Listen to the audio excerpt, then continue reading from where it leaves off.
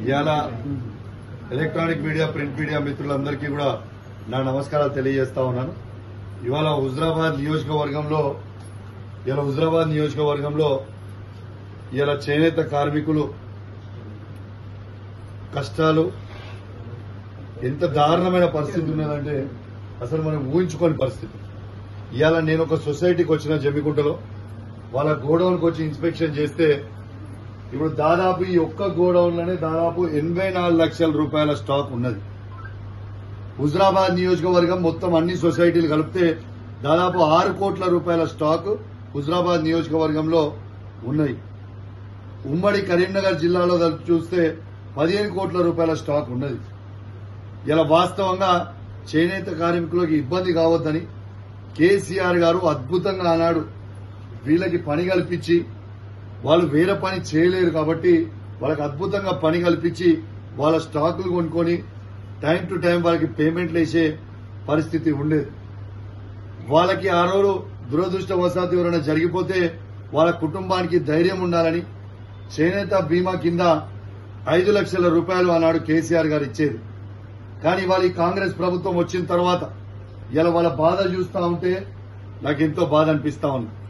ఇలా సరోజక్క నాతో మాట్లాడుతుంది, రాగానే కంటి తడి పెట్టుకుంది. అన్నా మేము ఉండాలనా లేకుంటే మేము ఉరి పెట్టుకోవాలనా అని అడిగే పరిస్థితి వచ్చింది. సిగ్గు లేదా అని అడుగుతా ఉన్నాను ఈ కాంగ్రెస్ ప్రభుత్వం. మీరు అన్నం తింటుర్రా మనుషులా దున్నపోతురా అని నేను అడుగుతా ఉన్నాను. ఇలా ఒక్కసారి ఆలోచన చేయండి. ఇలా ఎంత కొవ్వు అంటే నిరోధులు అమ్ముకొని బతకమని ఈ చేనేత కార్మికులకు మీరు చెప్తా ఉంటే ఎంత సిగ్గుచేటు అని చెప్పి నేను అడుగుతా ఉన్నాను. కొవ్వా బల్పా కళ్ళకు కనబడతలేదా? అధికార కొవ్వు ఎక్కిందా మీకు? ఇంత బల్పా చేనేత కార్మికులంటే ఇంత చిన్న చూపుగా చూస్తా ఉన్నారా? ఇవాళ వాస్తవంగా చెప్పాలంటే ఇవాళ వాళ్ళ మంత్రి దగ్గర పోతుంటే సిగ్గుచేటు.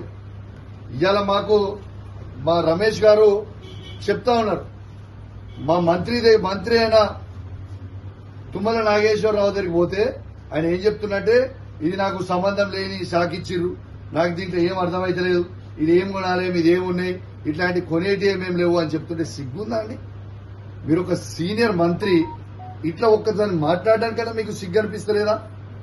ఇది ఏమి పద్ధతి అని నేను అడుగుతా ఉన్నాను. నేను ఒక్కటే చెప్తా ఉన్నాను, ఈ కాంగ్రెస్ ప్రభుత్వాన్ని డిమాండ్ చేస్తా ఉన్నాను, వెంటనే రాజకీయాలు పక్కకు పెట్టుర్రి. రాజకీయాలు ఇలా ఉంటే రేపు పోతే రాజకీయం కాదు. ఇవాళ చేనేత కార్మికుల కష్టం చూడండి, వాళ్ళ మానవత్వం చూడండి. ఇవాళ వాళ్ళు కష్టపడి పని చేసుకుంటే వాళ్ళ ఆత్మహత్య చేసుకునే పరిస్థితి ఉంది. దయచేసి మీకు దండం పెట్టి చెప్తున్నా కాంగ్రెస్ ప్రభుత్వం ఉన్నోళ్ళకి, ఒక్కసారి ఖచ్చితంగా వాళ్ళే మీరు అన్ని ఇవాళ వాళ్ళ స్టాక్ మొత్తం కూడా మీరు కొనాలి. మీరు కొనకపోతే ఇవాళ ఇట్లాంటి చెద్దర్లు చేసి పెట్టిరు, లోపల షర్టు షూటింగ్ చేసి పెట్టిరు. ఇవాళ చేతుల కష్టంతో ఇంత అద్భుతంగా చేసిరు. ఈ స్టాక్ అంతా మీరు కొనాలని నేను డిమాండ్ చేస్తా ఉన్నాను.